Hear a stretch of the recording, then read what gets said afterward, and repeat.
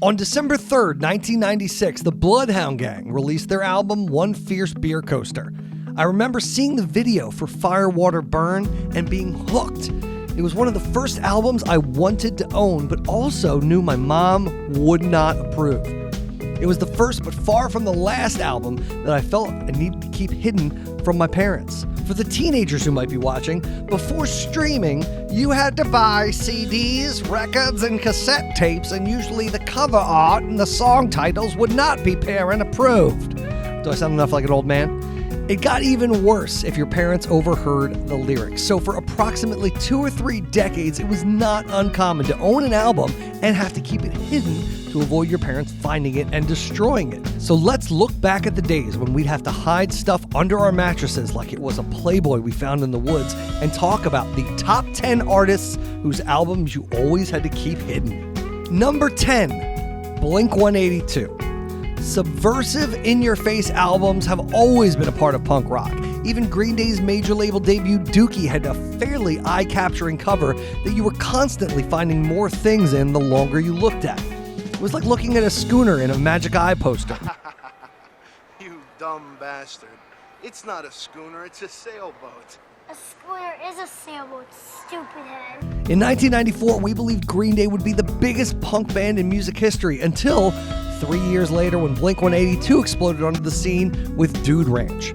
While Damn It was an earworm that caught fire, it was What's My Age Again that made them arguably the biggest punk band in mainstream music history. However, if you were a teenage boy in the summer of 1999, you treated the titillating cover featuring porn star Janine Lindemulder the same as any magazine she appeared in previously.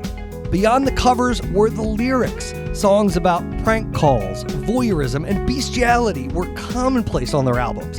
Of all the albums to keep your parents from hearing, however, their live record, The Mark, Tom, and Travis Show, may be the topper. The album captures their live show, including the frat boy humor stage banter. The album even closes with a 10-minute supercut of their most immature stage banter, and we wouldn't change it for 1 second. Number 9, Eminem. For years, rap music has been perceived as the dangerous genre. In fact, Eminem may be the first rapper on the list, but he's certainly not the last. Any low-key racist parents who assumed a white rapper would be safe, like Vanilla Ice and Rappin' Rodney, were about to be very shocked. Eminem's flow, which was heavily inspired by Newark, New Jersey's Outsiders, was unlike anything people had heard prior. Lyrically, there was no topic too controversial for the MC, as he rapped about murdering his extended family, his drug addiction, Sonny Bono's recent death, and countless taboo topics. This also unfortunately means some of the verses have not aged very well, but that's to be expected when your entire career focus at that time was to shock. Most often, the violence came off as fairly cartoonish until the Marshall Mathers LP in 2000 and the song Kim. The song following Eminem as he brutally murders his wife Kim remains one of the most unsettling songs ever recorded, even 20 plus years since it was originally released. Number 8, GWAR. While Eminem started off fairly cartoonish but eventually became too real, GWAR has been cartoonishly violent for nearly 40 years. The band was originally formed as part of an art house movie that never got completed. However, driven by the creative spirit that was Dave Brockie, the one-off band became a full-fledged group. The band has had close to 100 different members, regardless if they were playing an instrument, spitting fire, or just in costume as a monster. They became known for their outrageous, over-the-top stage show. As the years went by, the songs became more and more obscene with titles like Jack the World, Stalin's Organs, Sex Crow, and F***ing an Animal. Of course, the band became a favorite to Beavis and Butthead. Even the premise to their video game was the dumb duo trying to find tickets to the GWAR concert. Unfortunately, in 2014, Dave Brockie passed away, but the band has continued to push forward, releasing new music and tons of in-your-face products like comic books, board games, beer, and barbecue sauce. Additionally, past and future Geekscape guest Tommy Avalone helped produce the upcoming documentary This Is GWAR about the band's history. Number 7, NWA. In 2001, the music of Compton's NWA seems fairly tame, but in 1987 there was nothing like them, and that made them controversial almost immediately.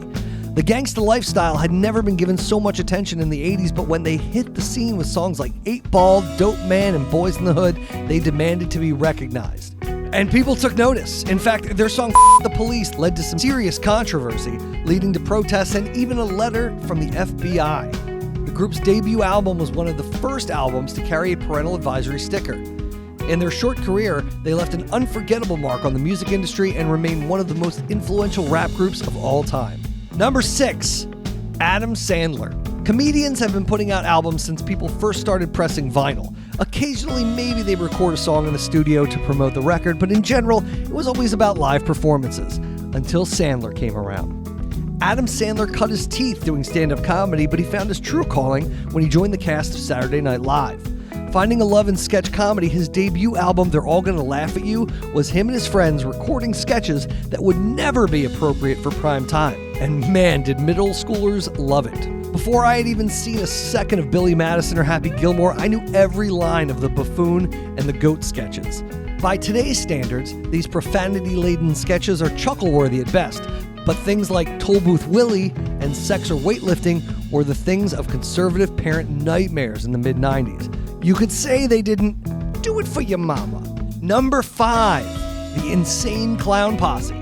Only on a Geekscape list will the Insane Clown Posse be above Eminem anywhere, and there are a few groups more hated than the Insane Clown Posse. Currently, the band's classified as a gang by the FBI, which means that simply being a fan of the band could affect the results of a custody battle, cause you to lose your job, and give the police probable cause to pull you over. However, that's not why we had to hide these albums from our parents as kids. The hip-hop duo gleefully rapped about murder and torture. In fact, the only time they stopped rapping about violence was to rap about sex. It's hard to take the songs seriously, as it's obvious to anyone that listens to their music that the tongue is firmly in cheek and has more in common with Looney Tunes than Jeffrey Dahmer, but that didn't stop parents from absolutely going satanic panic on the group, leading to them getting dropped off of Hollywood records just after the release of The Great Malenko. Number 4, the Bloodhound Gang. You knew they had to come up eventually. Hell, they were what inspired the list to begin with. Their first release, Use Your Fingers, set them up as a vulgar Beastie Boys, with MCs Jimmy Pop and Daddy Longlegs trading rhymes, covering TV theme songs, mocking Axl Rose, and ending the album with the most seductive way a human has ever drank a Slurpee. Little did we know that was just the beginning. Shortly after their debut release, most of the band quit, and Jimmy Pop reformed the group, now with a rock sound over his offensive rapping. The songs became even less subtle, with tracks like Kiss Me Where It Smells Funny, Lift Your Head Up High and Blow Your Brains Out, and I Wish I Was Queer So I Could Get Chicks. The subtleties all but dried up on the release of their third album, Hooray for Boobies, which also led to the biggest hit, Bad Touch, detailing all the ways which they'd like to have sex with someone. The Bloodhound Gang did everything your parents didn't want you exposed to, from their vulgar album covers, the blunt and detailed lyrics, and the outrageous stage banter. Truly a triple threat of crude intentions. Number 3, the Jerky Boys. Prank phone calls are funny. It's just a fact. In fact, one of the earliest elements of The Simpsons was Bart prank calling Moe's bar, which itself was inspired by the Tube Bar tapes of the 1970s. The art form of prank call comedy grew quickly when the Jerky Boys hit the scene. We had moved past the days of huge ass into a whole new level of obscene and immature. Formed between two childhood friends from Queens, the Jerkies were foul-mouthed, borderline racist, and most dangerous of all, extremely creative.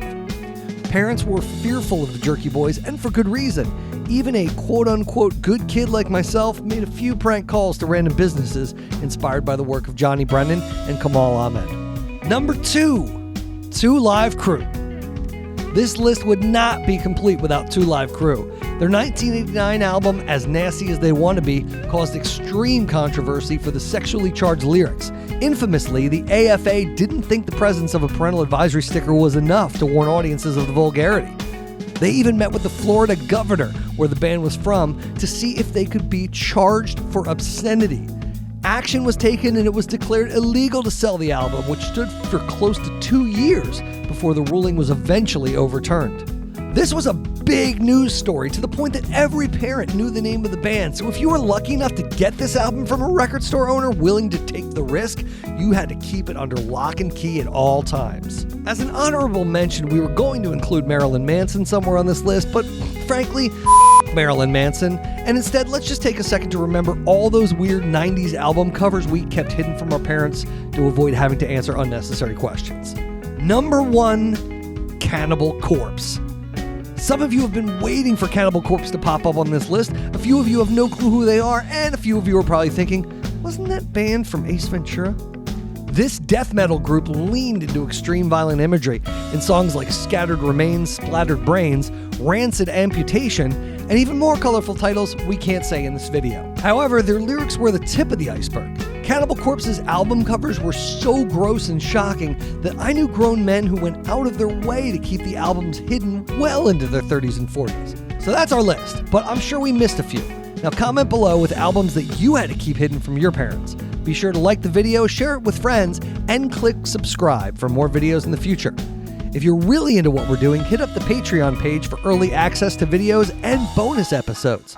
Thanks for watching.